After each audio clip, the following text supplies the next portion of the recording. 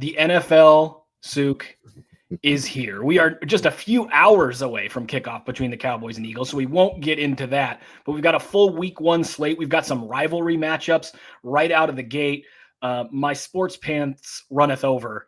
I could not be more excited that football's back. And every year I seem to forget how much I love football. And then it happens and I watch from like 9 a.m. to midnight on Saturday, all day Sunday. You, of course, expect this from me. And yet my wife every year seems to be surprised that I've become worthless every weekend. Well, it's that time of the year where we can all go back to ignoring our families and do what's important, and that's sit on the couch and fret over a bunch of people that we don't know that wear tight pants. Can we also talk about how no one wears pants anymore? They're just wearing sliding shorts. No one's wearing pants anymore. We've officially gone tight. Yeah. Well, they're above the knees. Like I was watching like college football. Like Julian Saint is literally wearing hot pants for the Ohio State Buckeyes. There is no more pants anymore. We've just gone to we're wearing booty shorts out there. But yes, it's a magical time of the year. I'm looking outside right now. It's supposed to be like 88 today here in Portland where we're at, but it's like kind of rainy and overcast. There's chill in the air. Like I had to wear a long sleeve shirt to take my dog on a walk. It feels like it's football weather. There is something great about it. Like if you're a white girl that dresses like Han Solo, you're breaking out pumpkin spice lattes. It's kind of that most magical time of the year, where we get into that. And, it is the most American thing that we have. If you want to talk about American pastimes, the most American thing right now, I think, is the start of football season, because there's a vibe. We talked earlier in the a couple episodes ago, we talked about a vibe check. Well, the vibe check right now with red-blooded American males is America F yeah. It could not be higher. Do you have a tradition that goes with football season? Like my family, my dad's side is Czech, and we make a potato soup with dumplings, and we used to make that every Sunday or every Saturday. And you eat on that. And it's like potatoes, carrots, celery, and dumplings, and that's the go-to. Do you have anything like that? I don't know if we have like it's not. You're like beer. Yeah. there's them. If you come over my house, you get 3 options. Like we live in like the beer capital of like America, but if you come over to my house, you get Coors, not Coors Light, you get Coors Banquet. There's Rainiers, and there's some High Life. And God, you might get you not even mad at it. You might get a Japanese dry lager because of my lady. You might get one of those, but it's funny you mentioned soup. So like my son, he loves soup more than anything. And so he calls this soup weather. And so when we turn to this, it is, you can't eat like a hot chowder. You can't eat like chili in the middle of summer. It doesn't work. But when you get into football weather, that's also soup weather. And my favorite is the shorts hoodie. That's when you're wearing shorts. Yeah, I got you. When you're wearing shorts and flip-flops, but you're putting on a hoodie, so I don't know if those are traditions, but they're signals. Like there's beacons out there. It's a flare knowing that fall is here and that things are going to be okay. We held our hands. We got through from like March to September. We got through it. We got through the tough times, and now we're in the land of milk and honey. Speaking of the land of milk and honey, it is football season. The NFL is back. Red Zone has commercials, so that is not great. That is not the land of milk and honey. I'm trying not to curse. I know it's a podcast, we can curse, but I'm trying not to so I don't get labeled. But you take that bull. There's just freaking. Does ESPN ruin everything? Can you not let us have one? This is why we can't have nice things, ESPN. You got to pay freaking Stephen A. Smith and Dan Orlovsky to yell at us some more? The hell? By the way, they had a segment today in the morning. Is Arch Manning a generational talent? Well, no. And then Ryan Clark went over the top of that and said Tom Brady, Peyton Manning, and maybe Aaron Rodgers aren't generational talents by letter of the law, because generational talent means once in a generation.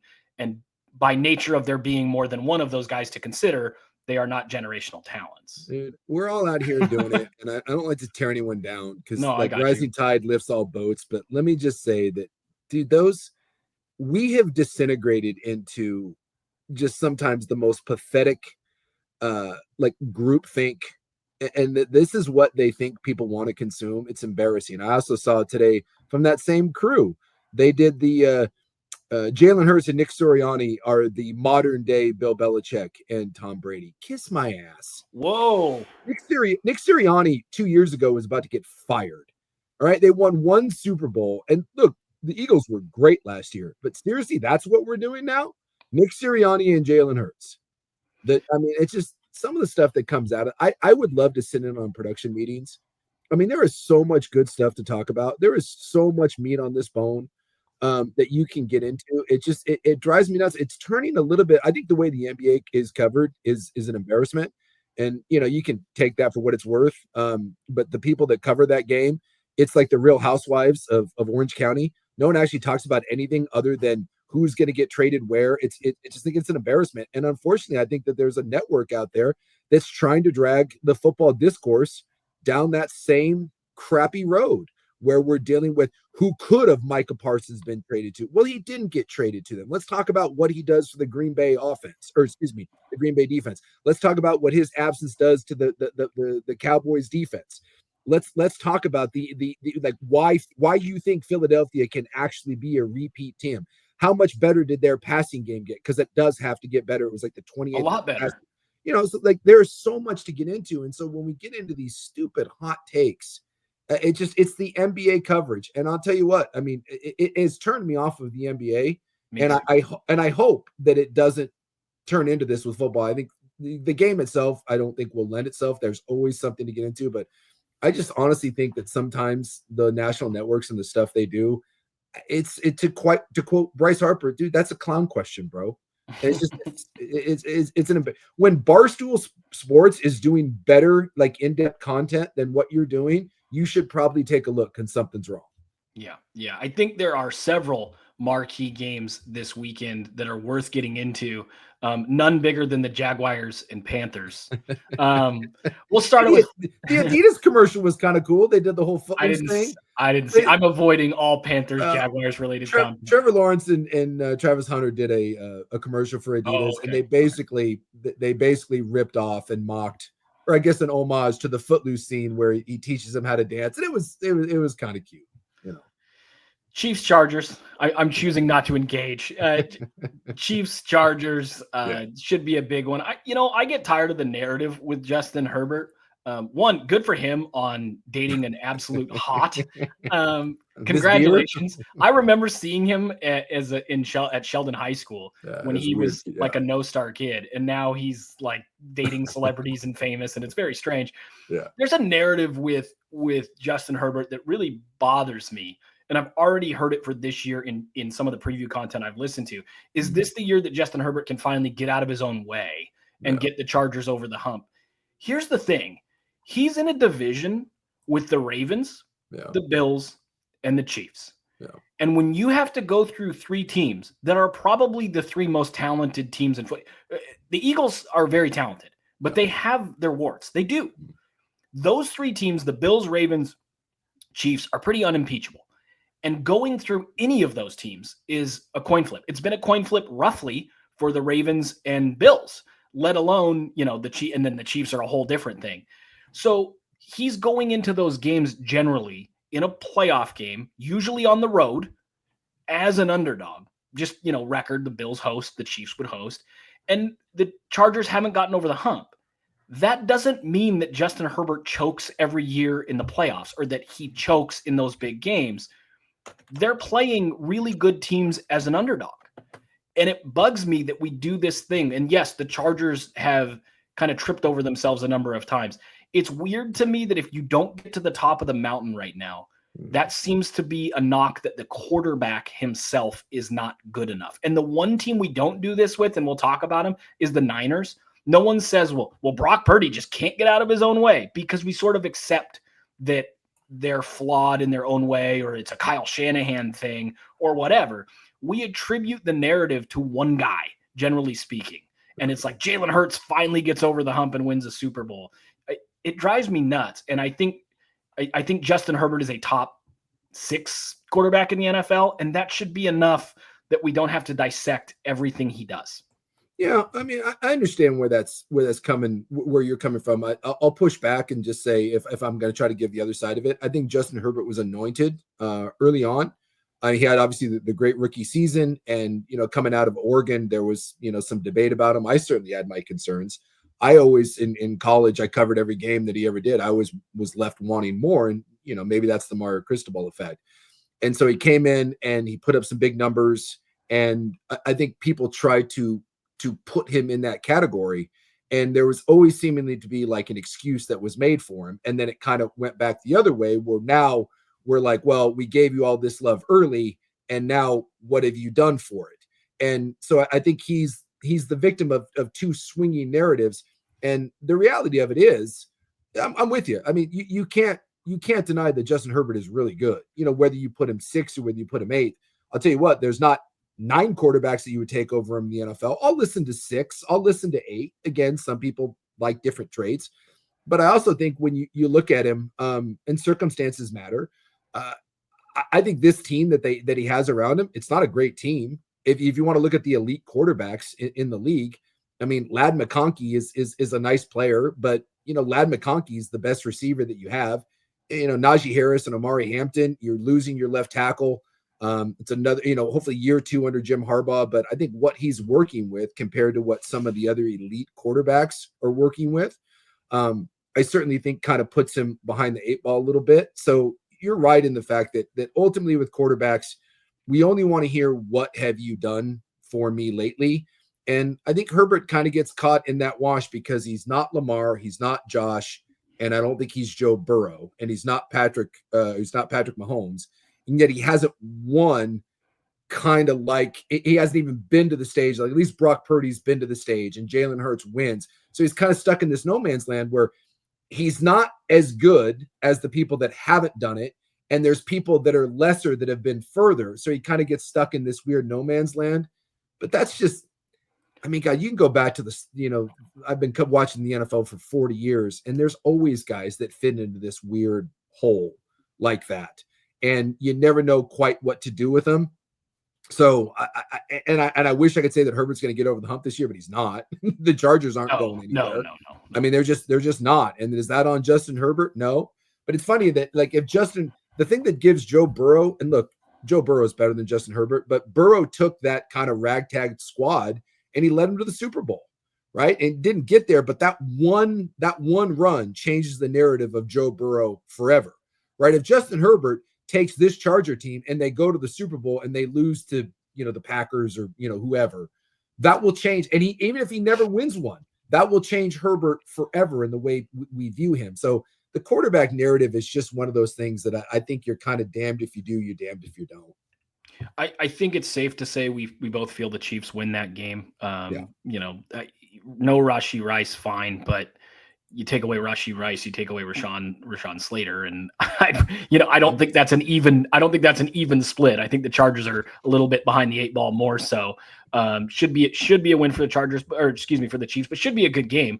Last year these have been competitive games. I just am at the point where bet against Patrick Mahomes at your own risk. At your own risk. I think that's fair, especially early on. We know Andy Reid with multiple weeks to prepare, and this is the definition of multiple weeks to prepare on the road down in Brazil. I'm not betting against 15 in Andy Reid. I know a lot of people think the Chiefs are going to take a step back. 7 years as a starting quarterback, 7 years in the AFC title game. Okay, well, I will believe the step back when I see it. Because right now, the only step back for the Chiefs has been losing in basically the Super Bowl or the AFC title game. So I'll take the Chiefs here. I'm not ready to anoint the Chargers. I mean, it's the West Coast bias, so Niners Seahawks is going to be the ultimate game we break down. But I am fascinated by the Lions and the Packers. The Lions finally experienced the brain drain with Ben Johnson and Aaron Glenn moving on to become head coaches. Johnson to the Bears, Glenn to the Jets. And I actually picked as my wild pick in my crazy picks at the beginning of the year, the Lions to miss the playoffs. I think they're really talented. I think they're a little bit thin on defense. And anytime you lose both your offensive and defensive coordinator, there are questions. On the flip side, the Packers are really feeling themselves. Jordan Love's advanced analytics look better than his overall stats last year, so they feel pretty good about their offense, and they bring in Micah Parsons. This is going to be a really telling week 1 game, and obviously in the NFL, who you are in week 1 is not even who you are in week 9, let alone who you are come playoff time. But I am fascinated to see what this Lions offense looks like against a Packers defense that now has one of the marquee edge rushers in all of football.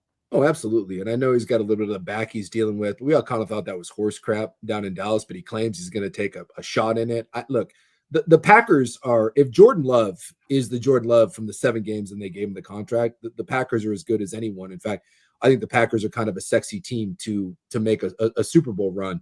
But that, to me, is a big question: is what is Jordan Love? Right? Did you have put Green Bay? Timeout. Did you just put Green Bay and sexy in the same sentence? Yeah, Green Bay's sexy. I mean, honestly, like what first time ever. It's a sexy team. The only questions I have is, do they have a receiver that kind of ends up having a breakout year? Although, if Jordan Love is good enough, you don't necessarily. I mean, the Chiefs have proven this. They did it without with Tyreek Hill. I mean, Travis Kelce. The Patriots. You don't necessarily need like a go-to receiver you can spread around. But I would like, that's my question. Can you see a receiver that kind of separates himself from the pack? And can Jordan Love really be a franchise quarterback? I think that's a legitimate question. When I look at Green Bay, and I do. I like Green Bay. In fact, if I'm being a contrarian, I'll pick Green Bay to win that division. Because maybe there is, again, the Lions thing is a big question mark. Although if you look, and I looked it up like a week ago, teams that have lost both coordinators, it hasn't really been like over the history of the league. It's not the death sentence that you think it is. It's actually can kind of bear out. So I do like Detroit. But if I want to be a contrarian, I can pick Green Bay to win that division, because I think with Micah Parsons, the one thing they haven't done very well is they haven't drafted edge rushers very well. Mm-hmm. The kid at Iowa, Van Ness, didn't kind of really do it. Rashawn Gary's okay. But adding a guy like Micah Parsons, who, when he's on the field for Dallas has the number 1 EPA in the league since he's come into the league in 4 years. And when he's off the field, it's dead last. So, I mean, you can debate all you want. You can debate all you want about run grades and all this crap. There's no player, depending on if you want to look at DVOA or if you look at EPA, in the last 4 years, there's been no player that has, well, I guess B3, but there's no player that has made a bigger impact when he's on the field versus off field than Micah Parsons. So adding him to a Green Bay defense that's already pretty good, and a Green Bay team that's good, that a year ago when Jordan Love was healthy, whooped the Dallas Cowboys in the playoffs and gave San Francisco all they could handle until Jordan Love kind of imploded. Why wouldn't you think that Green Bay's a sexy pick? I just need Jordan Love to me to prove it, because we've seen it. We've seen quarterbacks come into this league and they get paid and off of a short, kind of a window, and it wasn't good enough last year. And I know injuries played a role in that. Jordan Love wasn't good enough. So I think this is a great matchup, because Detroit, who didn't necessarily look good in the preseason, looked kind of disjointed, didn't look great. How much of that is both coordinators being gone? How much of that is the preseason not mattering? So this is one of my marquee games. But if I'm watching one thing, I want to see the execution and how buttoned up Detroit looks. And you're paying Jordan Love a lot of money. And this isn't like, Green Bay the last couple of years has been kind of the young, plucky team. Like, hey, we didn't expect much out of him. Dude, horse crap. You have one of the most expensive quarterbacks in the league, and now you have the most expensive non-quarterback ever in the history of the NFL, and you're in a division that has some question marks. Like, the dominant team in the division now lost both coordinators, and some people are kind of questioning them. It's go time. Chicago's got their own issues. Minnesota's starting a rookie quarterback. It's Green Bay. This is there for Green Bay to go take, and they will go as far as Jordan Love takes them. You mentioned something really interesting that actually made me realize something. You said the Packers don't necessarily have a go-to wide receiver. And I actually go through the contenders, or at least the favorites. They don't either. And I'm wondering, is that becoming a trend? Look at the Chiefs. They intentionally got away from having that go-to guy. They traded away Tyreek Hill.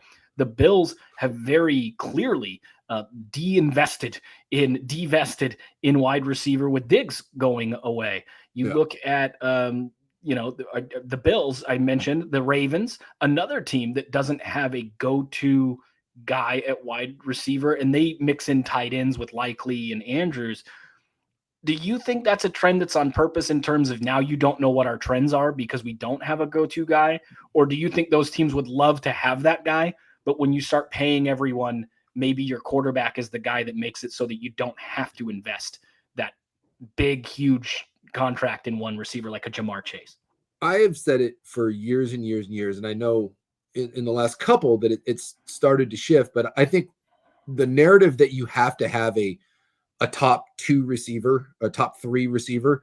It's just not true. If you look through Super Bowl winners and teams that have gotten to the Super Bowl, and I pointed out New England, but I mean, you can go on and on.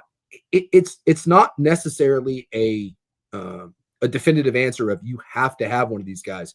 And we always act like, well, who are they going to throw the ball to? Last year, everyone crapped all over the Bills and said that the Bills were like, that was the narrative last year. Yes. The Bills offense was going to fall apart. And I was like, Bill's why? GM got super pissed at the radio guys. Remember, he was like, yeah, you're talking S about our build. What's your problem? Kind of thing. Like, he got really upset about it. Look, do I want Jordan Jefferson? Yes. Justin Jefferson. Excuse me, not Jordan Jefferson. Do I want Justin Jefferson? Do I want Jamar Chase? Yes, absolutely. But go ask Cincinnati what it's like to have great receivers and nothing else. For a team like Philadelphia, it absolutely helps because you have a quarterback that isn't necessarily the best at throwing the ball, and having 2 guys that can win one-on-one, or having a gravitational player that can pull coverage your way. Yeah, dude, if you ask me, do I want one? Yes. Do you have to have one? No. There are multiple ways to skin a cat. And you look at like what Baltimore does. Baltimore leads the league in rushing basically every year. And Lamar Jackson is a great, he's the ultimate dual weapon threat. But yeah, like he some people are going to say, well, Baltimore has never had that guy, and that's why they don't get over the top. That's ridiculous. It's just not true. So, maybe Zay Flowers can be that guy, but I don't know if it's necessarily a trend, but I do think that GMs are starting to realize that teams don't have to be built from the outside. They really don't. You have to have a quarterback, right? And we know you have to have a fundamentally sound defense. You absolutely have to have that. Do I absolutely have to have a guy on the outside that makes $35 million a year and is a go-to deep threat? No, you don't have to have that. I just, history bears it out in the NFL. You don't have to. Some teams may view that differently, but I think in a league where there is a lot of copycats and people go down certain roads, I don't think that is a universal belief that you have to have one of those guys. You just and look around the league and like you said, you see it. Some teams are saying, no, that's not where we're going to spend our resources because, this is not an infinite sum of money that you have to spread around. The best team wins, not the team with the best quarterback and the 2 highest paid receivers. See Cincinnati. Yeah, and you look at it, and the 2 teams that really have invested the most in wide receiver, a position that we would have said with 7-on-7, with passing yards becoming more of a thing, although they've started to regress now in the last few years. The 2 teams that have done that the most are Miami with Tyreek Hill and Jalen Waddle, and the Bengals, obviously, with Jamar Chase and T. Higgins. And those 2 teams, no one's afraid of them. I mean, they can put up points, but they can't stop anybody, and you definitely don't worry about them come playoff time. No, so the Dolphins are the definition of paper tigers. They beat bad teams, but they can't. When you can't win multiple ways in this league, you're going to struggle because someone eventually is going to take away your fastball. They just are. Yeah. And if you don't have a curve, you don't have something to change up that you can go to, good luck. Yeah. Switching gears, our game of the week. It's one of the bigger games for us that we'll cover all year. It's week 1 and it's Seahawks, Niners. The good news for the Niners is they are about as healthy as they've been in a while. Everyone's suddenly back. Juwan Jennings, hey, I'm healthy again. Thanks for the extra couple $1 million. They got really creative with that. I think that's interesting. He wanted more money. I think the worry is that you find a middle ground for him and then he begs out with the calf. Yeah. So it's all performance-based bonuses, and it's up to $3 million in a raise purely in bonuses. So if he has a great year, he can make $3 million more than what he was going to get. If he's hurt or if he doesn't perform, he doesn't get any of that money, and it's the same contract. I think that was a clever way to find an opening there. That being said, he's likely gone after this year. That's not really my concern. I don't think Juwan Jennings being there or not being there is the big thing. I look at the Seahawks offensive line. Have they improved as much as they appear to have improved this preseason?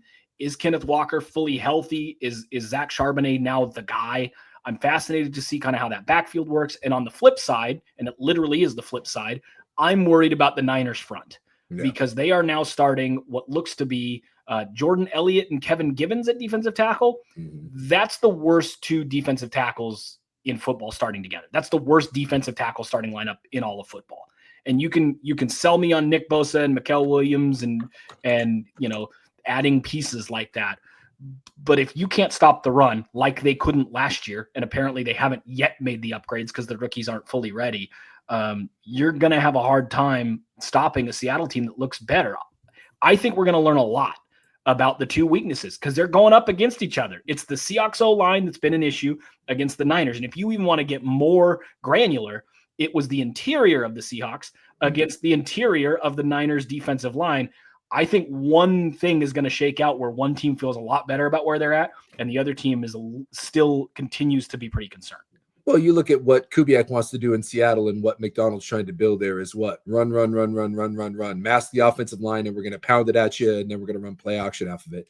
And if you're the 49ers, the thing that you couldn't do last year, I mean, they were unrecognizable by the end of the year because of the injuries, and I'm with you. When you look through starting defensive tackles, I don't think there's a worse pair, at least week one. And, and maybe CJ West comes along and Alfred Collins and you mentioned rookies and maybe those guys down the road. So this could be one of those where the Niners look different in week 10 than they do in week one. But I don't think you have a worse pair of defensive tackles starting in week one. And you know what they're going to do. I mean, it wouldn't shock me if Seattle runs 30 times in between the tackles. They're just going to come out and they're going to force San Francisco. And and Fred Warner's the best off-ball linebacker in the NFL, but if he's getting caught in this zone game wash and you're getting these guys shoved back into his chest, it doesn't matter. And this is what Seattle wants to do, and then Seattle will try to take some shots. So I'm with you. I think we learned so much about Seattle because you brought it up. We did a Seahawks preview, weeks and weeks ago. The vibes in Seattle are great, but historically, we talked about like when the Lions lost both coordinators, but historically, when you lose your two top receivers, your starting tight end, your offensive coordinator, you change out your quarterback. Like that's usually not a great recipe for success. Right. And yet in Seattle, like the vibe is like, hey, this is great. Now, granted, most of the guys left because Seattle wanted them to go, but that is asking a lot to kind of regroup this thing. I think the Seattle defense is going to be nasty, but I'm with you, man. I don't know. Can Gray Zabel make this much of a difference? Because this offensive line, Pro Football Focus, was the 30th best offensive line last year. And 4 of the 5 guys are the same. I mean, you got a little rotation there. You may see some guys at center and guard, but you do have health. Last year, the tackles are kind of permanently hurt. Currently, they're not. So that does matter. So can Abe Lucas stay healthy and can Cross have a bounce back year? I thought that was a down year for him. Agreed. I thought that was a step back. So, can Gray Zabel, who you love, you would not shut up about Gray Zabel going into the draft. The amount of times I heard you say the name Gray Zabel, can that one guy, can he be their Hutchinson? And it can. Like sometimes you add a guy in, and I call them gravitational players, where they make everyone around them better. And can Zabel be that guy? And can Cross getting healthy and Lucas being healthy? I just think if you wanted to take one matchup that my dumb old lion head, if you can't tell, I'm an offensive lineman. I didn't play quarterback. This beard and shoulders didn't play, linebacker. The one matchup I think I want to see in week one, if I had to just kind of do the all 22 and circle, it's this. I want to see that Seattle run game against this San Francisco front. Because I like when you talk about this division, I love the Rams. I've said it. I think if Matthew Stafford's healthy, I think this is my Super Bowl team. But that's a big question because he's 1,000 years old and he's got bad back. And if it's not the Rams, is it the Seahawks? Is it the Niners? I don't know what to do with this. And so the fact that we get this week one, this warms an old lineman's heart because this game will be won and lost inside the tackle box. It will. If San Francisco can stop Seattle, because Seattle, if they're running that Saints offense, they're only going to be running 2-3 guys out into a route. If they can stop this Seattle run game, look out, because now we're getting into Sam Darnold being asked to throw on 3rd and 7, and you don't want Sam Darnold on 3rd and 7 and obvious passing downs. If they can run the ball and get it to 3rd manageable, and you can actually 2nd and 3, and you can run play action out of it, could be a long day for this Niners defense. So I'm geeked. I'm absolutely geeked, and I do want to see the 2 tackles as well, who we all assume in Seattle that we have like these bookend tackles, and I'd ask the question: do we have bookend tackles? No, I mean, I'm not ready to say that. And we do know that Nick Bosa is going to bring some ass off the edge. Dude, that guy brings it. And then, we've heard really good things about, Mikael Williams. So I just think this matchup across the board is for the football nerds, for your O&D lineman guys. Dude, this is sexy stuff right here. Abe Lucas today agreed to an extension of 3 years, $48 million, something like that. Yeah. That's a hell of a deal if he stays healthy. Yeah. If he doesn't, that's not a good deal. And that's what it comes down to. That's a gamble on health. Yes. What's funny is a few years ago when those guys were rookies, the way that it was framed is, in 5-6 weeks into the year, they got their bookend tackles in one draft. Yeah. From that point on, wherever it was, where it peaked at like week 5, week 6 of their rookie years, it's been really uneven. And they've been hurt. They've been inconsistent. That is not the duo that you just go, 2 Pro Bowlers. That's not what this is. They're kind of where Colton Miller was about half a season before he signed his extension, where it's like, if it all comes together, this guy could be a Pro Bowler. If not, he's the 15th best tackle. That's kind of where they're at. Now, if they ascend like Colton Miller did, great. If they don't and they stay where they're at, they've got questions at tackle. I do love Gray Zabel. I misspoke earlier. Kevin Givens is on the IR.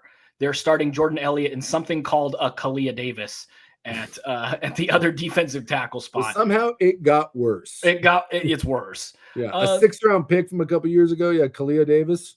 Yeah, have fun. I'm going to be fascinated to see, because Shanahan's passing attack kind of came back to scale. The Niners couldn't really separate. Last year, their receivers couldn't separate at all. They were in the bottom 5 teams in the league. A lot of the windows that Shanahan had scripted up that they could just kind of design stuff where guys were open, it wasn't working. And you saw that with the Shanahan tree in general. Some of those passing concepts came back down to earth. What has he done this offseason to evolve? Because he is smart enough to evolve. He's one of the very few coaches that, you look at like Mike McDaniel with the Dolphins. Once the league figures out what he does, I don't necessarily trust that he's going to go back in the lab and come out with something totally different. He kind of is who he is. Shanahan's one of those, and McVay's this guy too. LaFleur is this guy. They go back in the lab and they've got a new wrinkle. And it's something the league hasn't seen yet. Has he done that? Because if he has, and Pearsall's healthy and Jennings is back, although Ayuk had a holdout last year and was slow to start, well, Jennings had the same kind of hangover. Kittle's healthy. CMC's healthy. He's got his weapons. Yep. So if he went in the lab and he cooked, there's a possibility that this offense looks a little different than we've seen the last few years. I'm interested in that. I am surprised that the Seahawks are favored. I'll be honest. And that's not just purely vibes. The Niners couldn't stop the run. The Seahawks are all about developing the run this year. I have seen that the get-in price for the stadium is almost $300, and they project that 53% of fans in Seattle will be 49er fans. No one travels. One travels like Bang Bang Niner Gang. Yeah. So I'm excited about that it might, be a 50-50 split or close.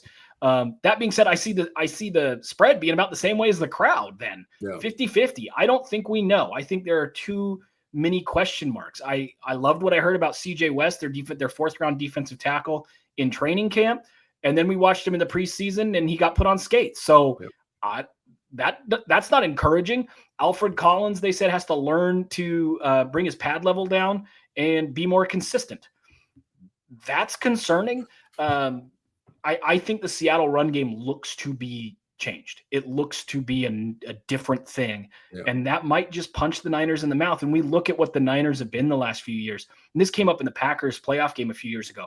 They got to points in the season where they just punched teams in the mouth and there was nothing you could do. We are tougher than you. I do wonder if this is the first year under Shanahan where they're not going to be able to be the bully. Like, would it shock you at all if the Seahawks O-line kind of dominates the Niners between the tackles? Well, I think Seattle. And then on the flip side, the Niners O-line, especially the interior, is not great. And I think Seattle might have a top 7 defense in the NFL. Yeah. I just don't think the Niners can go into Seattle and physically abuse the Seahawks. I think the Seahawks are physical as well now. I think the idea is that Mike McDonald is trying to build a bully in Seattle. Right. I mean, and we'll see. I mean, what this is a 49er team that, when healthy, has run this division, right? And Seattle is playing catch up. And I think he's building a bully to beat up. When you look at the offenses that are in this division, right? We have 3 very dynamic offensive minded games. I mean, 2 offensive coaches and then Gannon down in Arizona, but they run Kyler Murray, who again is the most dynamic quarterback in this division running around. And then you've got McVay and you've got Shanahan, who are very offensive minded. And like you said, they go into the bag of tricks and they're always going to have something for you. And then you got Mike McDonald. And it feels like Mike McDonald up in Seattle is just say, hey, we are going to build the Ravens.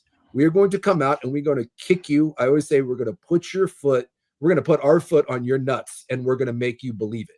We are going old school, beat you up, and we're going to run the ball and protect Sam Darnold. And that's the other aspect of this that we haven't really talked about, which is kind of strange. We've been talking about this game for 10 minutes. We haven't once mentioned Sam Darnold. Who is Sam Darnold? Because for all the people in Seattle that didn't like Geno Smith, and I was not one of them, I think football guys that actually got into the numbers, I think they like Geno Smith better than most people that were watching Geno. And I get it. There's good Geno, there's bad Geno, all that. Geno Smith was not the problem in Seattle. He just wasn't. But if you think that Sam Darnold's coming in and is going to just be this massive upgrade over Geno Smith, I don't see it. And we saw Sam last year that was a career resurgence. And they won, I think, 13 games? But we saw the old Sam Darnold rear his ugly head at times, especially at the end of the year. And so I think Seattle is going to try to protect him. So, that's the other one that we can talk all we want about O-line and this and that. But at the end of the day, most of the time, these NFL games, it comes down to one drive. It comes down to a couple big third downs. And is Sam Darnold up to the task? Because whatever you think of Brock Purdy, again, we had that Justin Herbert conversation. Brock Purdy's a top 10 quarterback. Brock Purdy is, again, way better than anyone gives him credit for. And the numbers bear it out. I don't care what system he's playing in. I don't care who he's throwing the ball to and the weapons around him. Look at Brock Purdy's numbers and tell me that Brock Purdy isn't a top 10 quarterback. So this is still a massive advantage for San Francisco at the quarterback position. So maybe we're overthinking all of this, but Sam Darnold and Brock Purdy, if you want to talk about the biggest advantage, one to the other, looking at it, there is a bigger gap between Brock Purdy and Sam Darnold than probably any other gap that we're going to talk about in this game. And is Seattle at home building a big enough bully to beat up Brock Purdy and those 49ers? So again, it's just that this is great. This is what you want. And now we see it because everyone is crapping on the Niners, everybody. And then the vibes in Seattle are sky high. And this is the other thing I'm worried about because I like Seattle. I think Seattle's a playoff team. But how many times have we seen one team in the offseason that gets shit on and that no one gives any love to, and the team that we all love and gets nothing but praise and like, oh, look out. And then all of a sudden we get to the season and we're like, oh, wait, that narrative kind of got dropped on its ear. That happens. All that happens in college, it happens in the NFL. And it does feel like around the group think is Seattle is ascending and San Francisco is crashing and that they're done. And that worries me. That absolutely worries me that, and I know you're a Niner guy. I see that little wry smile on your face. I something tells me just a gut feeling because my head wants to say Seattle and I'm like, am I being poisoned by the vibe check? I think San Francisco is going to have a little something for Seattle and we're going to take a step back and be like, maybe we wrote the obituary of San Francisco way too soon. I will say this. Have you seen the meme, exciting whites yes. in Twitter? Yeah. Yes. When Shanahan has his exciting whites, Juszczyk, Kittle, CMC, Purdy, Pearsall. Yeah. When he's got it's five white guys and Jennings. When he's got his exciting whites on offense, they play well. And they're a very dynamic group, and he can dial things up, especially when he has all offseason to invent new stuff to throw at you. He's very familiar with Seattle. I think this is going to be a great game. I do think this is going to be the most telling game. When the Ravens-Bills play, you could give me any score outside of an injury. Like, the Ravens won by 2 touchdowns. The Bills won by 2 touchdowns. I'd still be like, okay, they're both playoff teams, whatever. Yeah, they're both going to be there at the end. There's not a lot of games where it's like, this is going to dramatically, maybe Titans Broncos, because we'll see what Cam Ward is, but nobody thinks the Titans are a legit like contender. So I don't know how much you can learn from that. This is the game where we're going to learn the most of any game on the slate. Yeah. And I do want to bring attention to some betting lines here. And I don't normally do this, but I do think it's interesting. Kenneth Walker is plus 120 to score a touchdown. Zach Charbonnet is plus 380 at this point to score a touchdown. One of those two, you would think, running the football, would score a touchdown. 100%. If it's Walker, you more than break even. If it's both, you make money. If it's Charbonnet, you make money. And then 2 touchdowns each, because I do think they're going to be physical. Mm-hmm. Kenneth Walker's plus 750 to score 2 touchdowns. Mm-hmm. Zach Charbonnet is plus 3,500 to score 2 touchdowns. I could really easily see a scenario, and I'm not saying it's likely. It's plus 3,500, folks. Let's pump the brakes. But if there's going to be a goal line guy and they want to set a tone, couldn't you see him giving the ball to Charbonnet inside the 5 a couple times? Look, I may have my head squarely planted. I think Charbonnet, as the year goes on, Charbonnet is going to be the guy. I think so too. I just think he's consistent. I think he's healthy. He's healthy, and in the way he runs and the system that they're going to try to implement. I want to take a look at, like, you can talk me into a lot of Charbonnet overs. How about that? Yards, touchdowns. You can talk me into a lot of Charbonnet overs this year for Seattle, because I do think come hell or high water, Mike McDonald is going to run the ball, and I think they're really going to limit Sam Darnold. I just do. I think. I mean, again, go look at those early, and I go look at some of those Saints games last year, and I know they were putting up big points, but dude, there's a lot of 2-3 man routes that they run in this Kubiak system, and I think you're going to get a steady diet of zone run game with these two backs, and I do think Charbonnet will end up being he'll be the bell cow, because, and again, just the way he runs. But you mentioned he's healthy, he's available. Charbonnet is minus 158 to have 25 yards rushing or more. I would think that's close to a given. Yes. To run for 40 yards, which I also think is well within play. Yeah. He's plus 187. See, I like that. So they just don't think that he's going to get the ball. And Kenneth Walker hasn't played a ton. Now, listen, Kenneth Walker is really dynamic. Yeah. If they want to set a tone physically, which I think they do. I agree. You would think it would be maybe a 50-50 split. Yeah. And I think this Seahawks team can run for over 100 yards, which means I think Charbonnet should get around 50 yards. I like where we're going with this. Let's talk ourselves into this. Let's go on this adventure together. Let's take some Charbonnet overs. I love it. A Charbonnet anytime touchdown and over 40 yards. Sign me up. I'll lay a sawbuck down on that. Let's do it. Just see what happens. That'll do it for us on the NFL. We've got a college slate to get to as well. We're going to try to break these up now a little bit more, because we are going to get into some more NFL. We're not just doing Seahawks Niners when this thing starts. There's going to be marquee matchups that we're going to want to flesh out when it comes to playoff time in the NFL. We're going to break down all the action. So to just strictly stay Niners Seahawks is just not exactly what we're aiming for here. Yeah. So this will end our NFL preview. We will also have a college football preview for you. Suke, stick around, because we got more to do.